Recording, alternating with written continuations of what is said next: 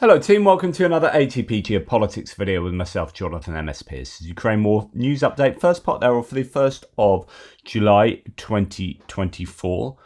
We embark upon another month where the last month saw, I believe, 35,000 Russian casualties as reported by the Ukrainian General Staff. So we're going to start with the Ukrainian General Staff figures for the Russian losses for the day before. You can find the caveats to these claims in the description below, as ever.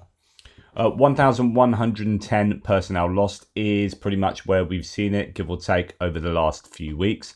19 tanks is a significant uptick from yesterday's, I think, 8. It's been up and down a lot over the last few weeks. Rather different from a fairly consistent number previously, so I don't quite know what's going on there. 26 armoured personnel vehicles denotes a pretty significant loss in that category over average, both of those figures over average, and the 66 artillery systems is a phenomenal loss there, over 3 times, I believe, the losses in that category, the average daily losses. So a bad day, one could say, for the Russians, especially when you look at vehicles and fuel tanks being at 70. That is an incredibly high number there. 1 multiple launch rocket system, 1 anti-aircraft warfare system. So that is a challenging loss, day of losses for the Russians. Of course, we don't quite know what the Ukrainians have lost. Well, we have some sort of idea with regard to the mechanized equipment. Here, Andrew Perpetua's loss stats show 41 Russian losses and against 20 Ukrainian losses. So that's a 2-to-1 loss rate. However, if we look at combat assets, it's a little bit different. Only 10 for the Russians there against 7 Ukrainians. So that is definitely not the sort of ratio Ukraine would be wanting. But when we look at the Ukrainian losses, we gather that there aren't too many high-value losses there. Although some electronic warfare equipment taken out by both the Krasnopol and a lance at Krasnopol is a laser-guided, precision-guided artillery shell that the Russians use. They didn't use for a long time. They didn't seem to have many of them. Then they started using them some months back. I haven't seen them for a wee while, but yeah, another one shown there. And some more lances. We can see a decoy here. Lancet, well, not decoy, it hits a tree. And Lancet, they say it hit a counter-battery radar, but not enough. Not enough evidence to see that, but yeah, still using these Lancers, a few up there on artillery pieces. That's a challenge for the Ukrainians for sure. Now, the Russian losses show likewise an electronic warfare piece of kit damaged by an FPV drone, engineering vehicles, a couple of boats, got a destroyed multiple launch rocket system, a couple of tanks, a couple of BMPs, so on and so forth. Nothing of particularly high value here. Motorcycles, golf buggies and ATVs and whatnot, loafs, the Scooby-Doo vans, all sorts of civilian vehicles there. But as far as mechanized military equipment, the Russians and the Ukrainians both losing similar numbers, nothing too valuable there. So we're going to look at a few anecdotes here, and although, you know, there is a selection bias to what I present to you, and a number of these Ukrainian sources will paint a picture that's very, slightly more favourable to the Ukrainians, and that is definitely a criticism you can aim at me.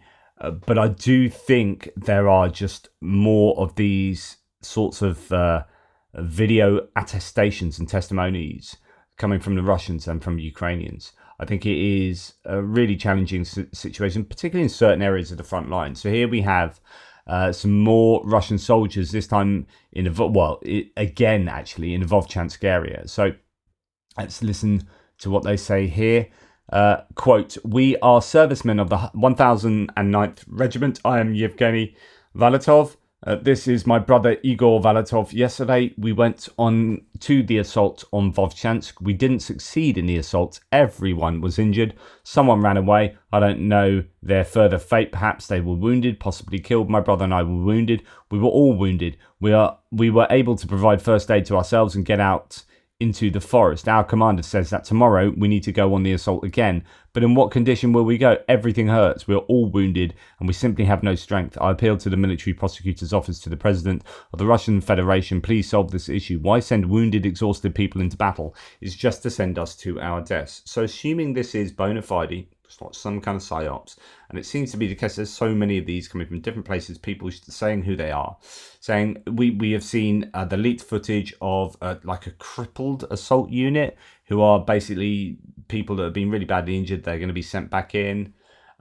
You're hearing about injured people en masse being sent back in to fight in many different contexts or areas of front line and so on and so forth.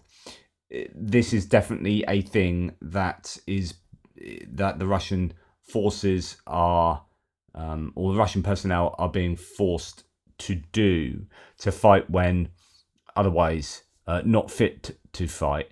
And if that is the case, if this is a widespread situation across the front for the Russians, then they are not in a good way. This is showing that they don't have the depth of reserves in order to, send in fresh reserves so that people who have got themselves pretty seriously injured don't have to go and fight again in the near future. Here we have another testimony from Russians. Russians say 350 of them went in and only 4 came out.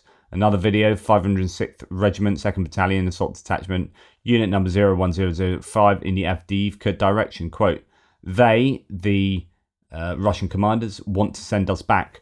We are under heavy artillery fire. We came under 155mm caliber fire, under cluster munitions. All our guys were left lying in the forest plantations.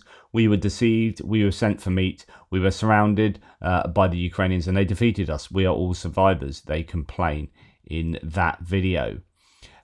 Then you see something like this. So this is actually some leaked footage but it's dated back to February 2024. Russia 1602nd District Military Hospital morgue in Rostov-on-Don processed 13,691 dead soldiers from just 4 military units between February 2022 through May 2024. And you can just see all of the coffins laid out in a morgue there. It is, another sign that the Russians are taking heavy casualties. Okay, then there was a claim. The Russians had made a counterclaim that not a single woman from a Russian colony has been sent to war. And here we have a Russian female POW. And as it turns out, there are at least 17 of them. She's the only one who survived. Saying now I can't feel my leg. She's injured, obviously, being captured there. So the Russian ombudsman, who, according to this source, saying the Russian ombudsman lied 2 weeks ago, saying that not a single woman from the Russian colony was sent to war in Ukraine. And this is a claim that's been considered a number of times over the last few days, with people. Certain rumours coming out that indeed the Russians are using female convicts. The Ukrainian, Andrew Perpetua says, the Ukrainian advance near Terny. So if you remember the map, you've got the Kharkiv offensive, 2 areas to the north where the Russians are coming down from Belgorod. Then you've got that northeastern front from Kupiansk to Svatovo to Crimea, and just west of Crimea. North of the Serebyansky forest is Terny and Torska, where the Ukrainians have quite a rare place on the front line. Both the Serebyansky forest and here and up in Vovchansk, the Ukrainians have been pushing the Russians back. Now, Andrew Perpetua here, who's got a pretty good handle by point of fact that he watches a bajillion videos a day, seeing what's going on right across the front lines. He says the Ukrainian advance near Terny is particularly embarrassing for Russia when you consider the absolutely enormous casualties they sustained to capture the positions they just lost. We're talking fields of corpses. So this is what he's seen with his own eyes. 200 plus armored vehicles. If you remember, this was a particular area that he said we had this many. What was it? Was it something like? Excuse me if I get the numbers wrong, but it's like, right, we have geolocated 90. Was it 96 vehicles? Destroyed Russian vehicles in this area, and then they got good resolution imagery, because normally they're operating on the cheaper kind of Sentinel-2 low resolution imagery. They got really good imagery of that particular area that you're looking at there. I'm pretty sure it is that exact screen. And they found actually that there were 152 vehicles. And so it was a massive uptick. It was like 50% more. Like they only had clocked essentially 2/3 of all the losses. Now, if that's replicated right across the front line, it means that the Russian losses are far higher than otherwise suspected. All that OSINT people need are just the right tools for the job, which is super clear, high resolution satellite imagery, not just for the contact line, going down the contact line, but actually further back on each side to be able to measure how much, to record how much artillery is being lost on both sides as well. So it's not just about what happens around the trenches and on that zero line. Nonetheless, there are just phenomenal amounts of equipment that have been unaccounted, or that have literally not been seen. But on top of that, the point that Andrew's making here is that this particular area, because of recognizing those Russian losses, is one where the cost of taking those hundreds of meters, those kilometers in this region have been incredibly high, and they appear to be losing all that territory relatively quickly. Was it all worth it?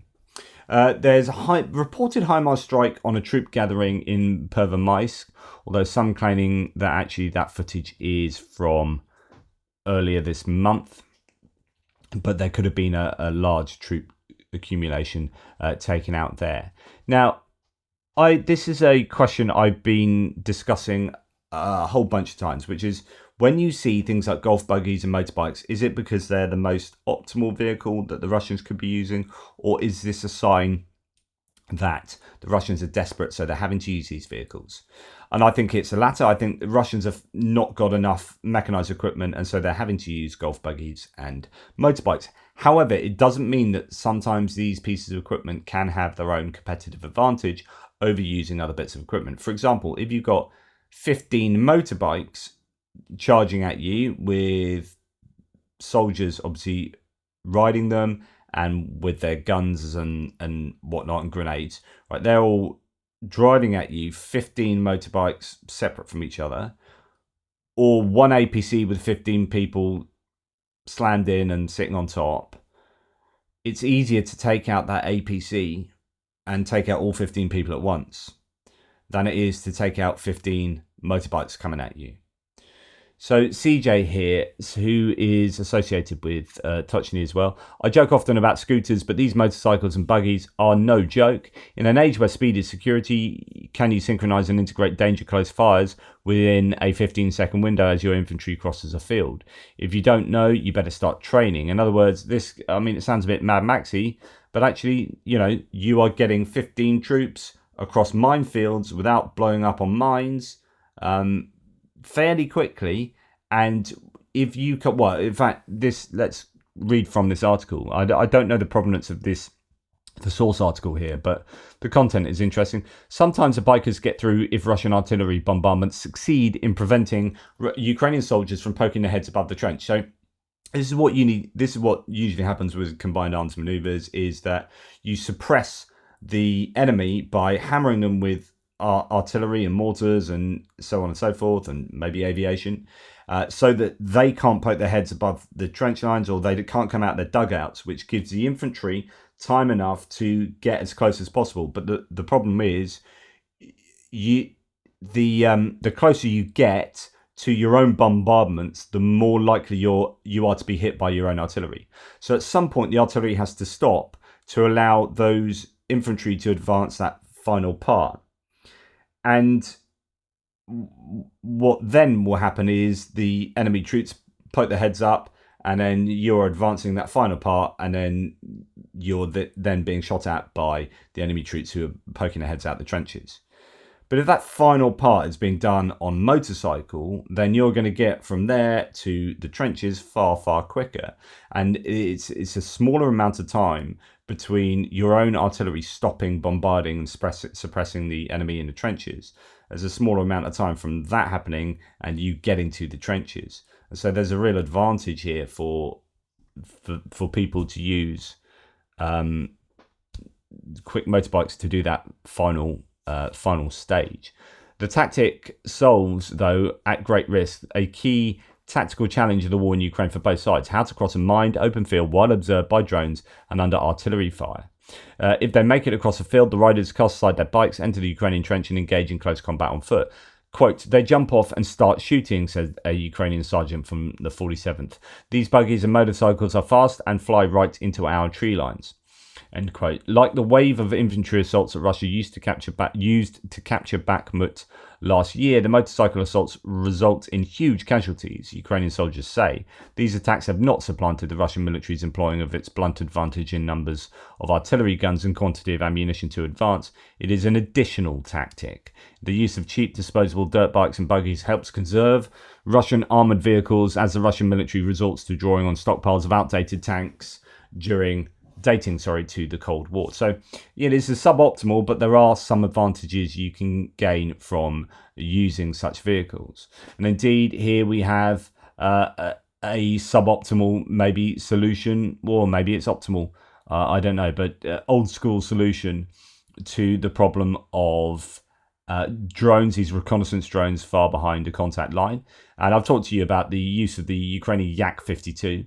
But it's interesting that I was assuming that the guy in the back who's shooting the drones, and this is, I presume, drone footage from a Russian drone to the Yak that is flying near it and obviously trying to take it out. The plane's crew consists of a pilot and a gunner armed with a shotgun. So shotgun might well be, and you can imagine why, the preferred weapon of choice, although obviously the range isn't going to be great, but you get the spread of pellets that will hopefully have a greater chance of hitting the reconnaissance drone. According to Forbes, this approach allows the Ukrainian military to protect the country's airspace from Russian spy drones while saving scarce missiles. I showed you the count notched on the side of one of these Yaks the other day, and it was good. Like, was it a dozen Russian drones? But I'd like to know how many of these I have. I would suggest having like a fleet of these are up in the air at any one time.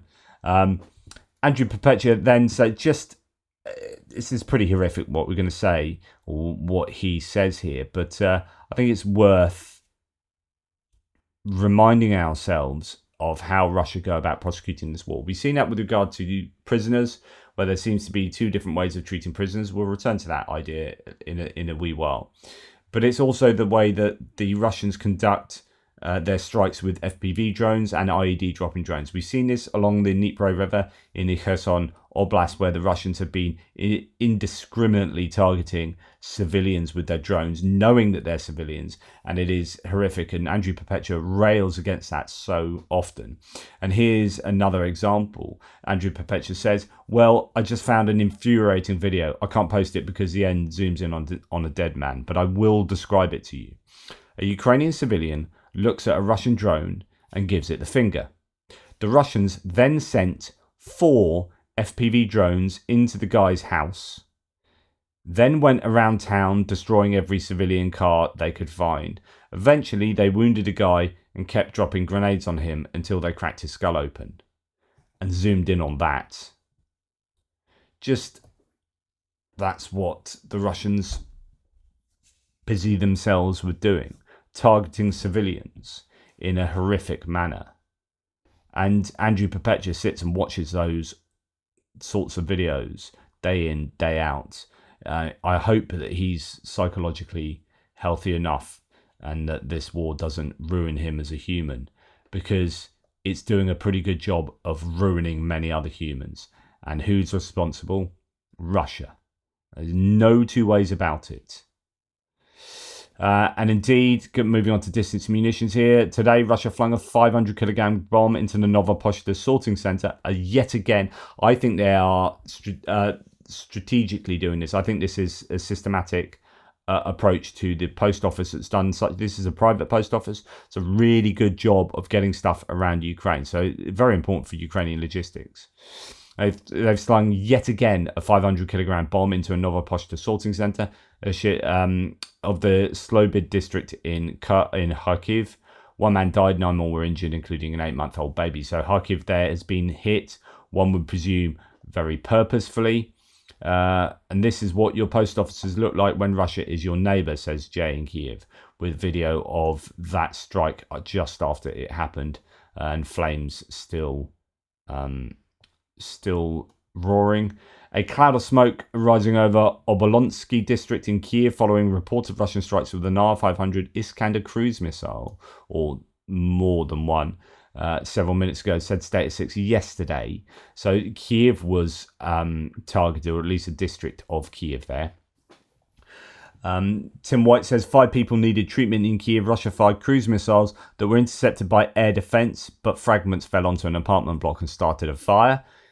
Which is not uncommon, but just also interesting that they're still targeting Kiev with cruise missiles.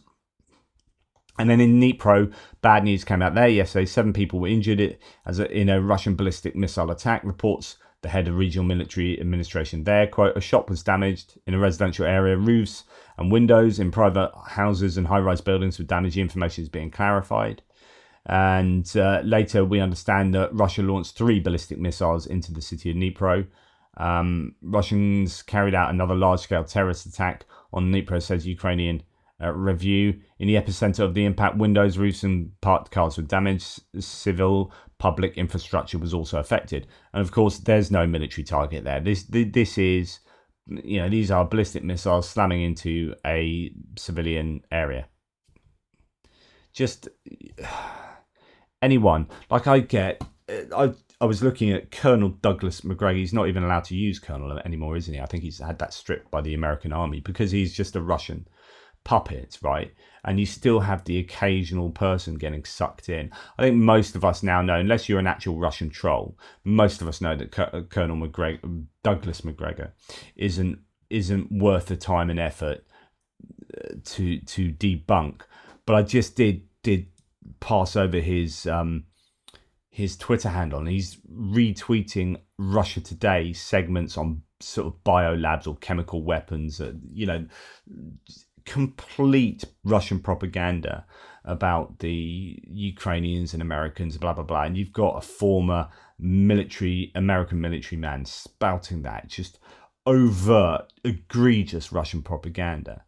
The way that Russia has infected our countries and people amongst us is really disturbing. We're going to look at that a little bit in the geopolitical video, whereby the effect on our political parties in different countries of the world is truly scary, and Russia are still having tremendous success with that, a great return on their investment there. Somewhat predictably, Z channels claim there are no military damage to Crimea. So what has happened? Well, there were some strikes last night, just trying to work out exactly what took place as far as the Russians being targeted in both Crimea and elsewhere. They want us to believe the missile was shot down and it was debris which fell on the roof of a dacha or two. Here is a video and photos of an apparent site of the missile attack in the east of Crimea. I think it's Energetic 2, some kind of dacha complex. It's thought that Ukraine may have hit a radar station in the area. Not exactly sure what was hit there, but something was targeted in Crimea. We have a fire in Krasnodar last night, uncleared, so that's in Russian territory, over the Black Sea onto the eastern side of the Black Sea. Unclear what was burning there, but Krasnodar, something is on fire there. And then we have Belgorod without electricity until 7 p.m. local time. I wonder what happened, says PS01. Indeed, there are a few claims. Major problems in Belgrade this morning, said Tim White. It looks like there may have been a major attack of Russia's systems there. In the city, traffic lights are out. Indeed, no power, no water at all. The governor has said missile alerts will be announced by loudspeaker. And actually, there's a claim that Ukrainian drones struck a 500 kilovolt electrical substation in Stary Oskol in the Belgorod region. At the same time, there's no electricity in a large part of the region. So that's a claim there. Ukrainians tampering with or striking Russia's own energy infrastructure just across the border. And a claim about the Shaheeds that are now flying into Ukraine.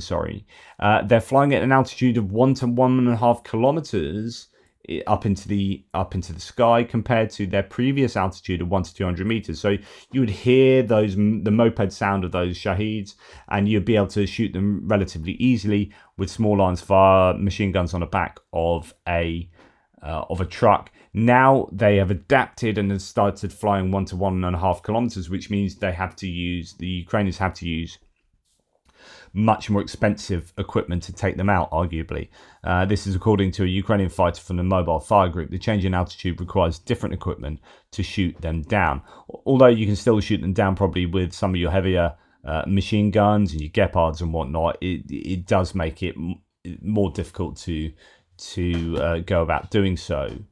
And then here we have at least 30, and this is the Washington Post, at least 38 of the Russian glide bombs, which have been credited with helping drive Russia's recent territorial advances, crashed into the Russian Belgorod region on the border with Ukraine between April 2023 and April 2024. Actually, if you include missiles with that, there's just a whole array of Russian ordnance that has not hit, not even got across the border into Ukraine. Now, why I'm bringing this up is not, we already know this, but it's interesting the Washington Post has used this photo. So this is a photo that the mainstream media picked up on. It's when that building in Belgorod got hit, and the initial reaction was, oh, look at what Ukraine has done to this residential building in Belgorod.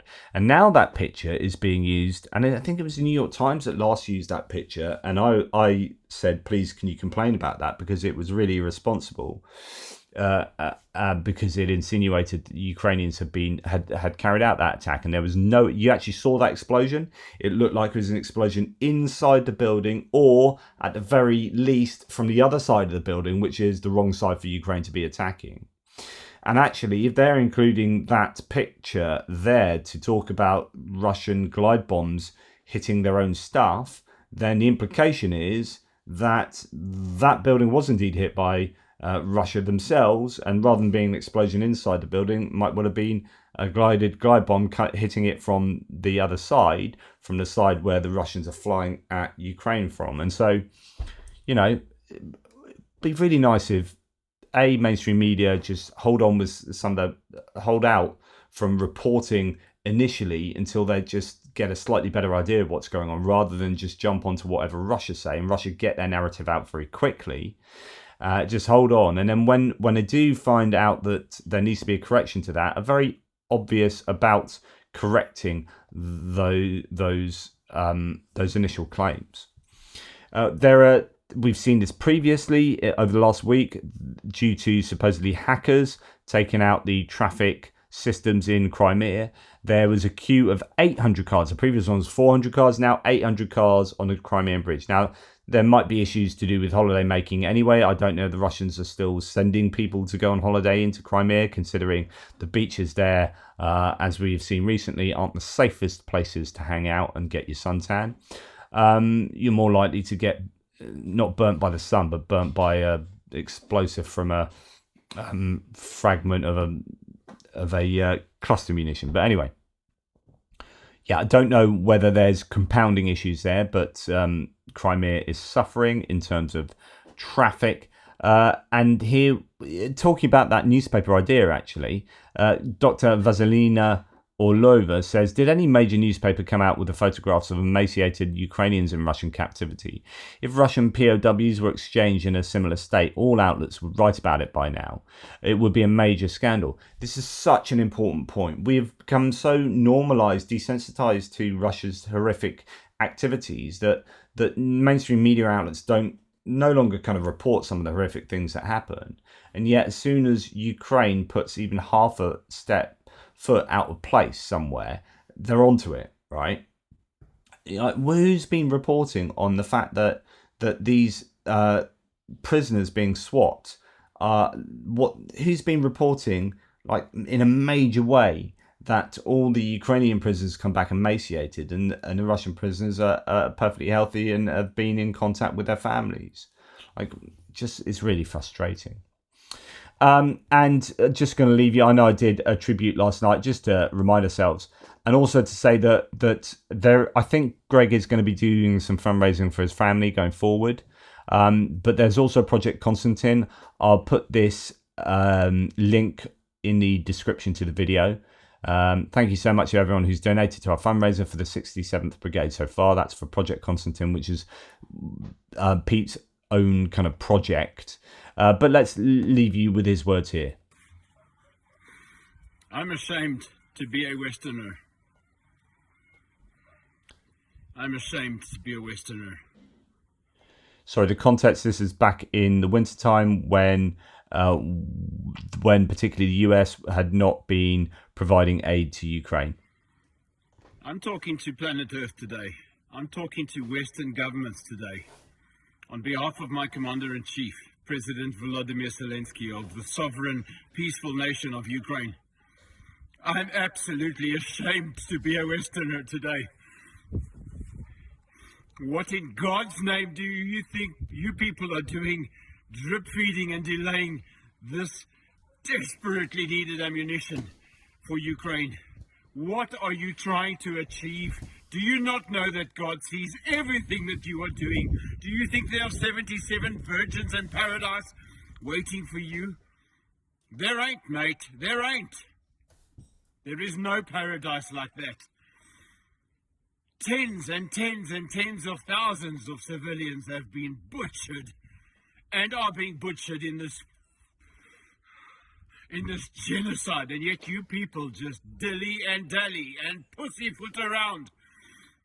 God help me, I'm ashamed to be a Westerner. I'll stop calling myself South African because that shitty government aligned themselves with Putin. Everybody in this country asks me where am I from, and I say I'm British. I'm talking to all Western governments today. I'm a medic in Ukraine, and we are shitting ourselves over here. The fucking front line is crumbling left, right, and centre. How dare you dilly and dally like this? Imagine these were your children being butchered out here. Put yourself in Ukrainian shoes for once.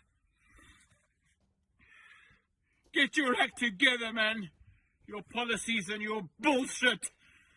Fucking support this country. We are being terminated, exterminated. I'm ashamed to be a Westerner. And of course, he died a few days ago, and that was at the height of the frustrations with governments not providing enough weaponry, enough assistance to Ukraine. Things have changed since then, but there is still that need. And as we've just seen with destruction to civilian infrastructure, the point is that there is this idea that we are pussyfooting around and not going the whole hog in our support for Ukraine, not just in terms of weaponry, but how the weaponry can be used. We are unfortunately having our political systems compromised by the Russian disinformation projects and agendas, and we have our politicians infected with the Russian mind virus that has distorted a decent appreciation of reality. You look at what's happened in France yesterday in terms of the political turmoil there. You look at AfD in Germany. You look at elements of reform in the UK. You look at elements of the MAGA republicanism, and indeed Trump and Steve Bannon and Steve Miller and Matt Gaetz and Marjorie Taylor Greene and Paul Gosar and etc. Those people over there, and that's just for someone who had dedicated their life to helping those in Ukraine on the front lines, to see those people and those politicians side with the very people who are destroying civilians in front of you, and killing good, decent soldiers from the sovereign nation of Ukraine in front of you. And if you're the one trying to save those people from bleeding out, that is what underwrites that anger that you saw and heard coming through from Pete there. So I just thought it'd be worth reminding ourselves of him and of his anger, so that we can keep our moral indignation burning, that hopefully will drive us to continue to support Ukraine and to badger those in positions of political power to do the right thing.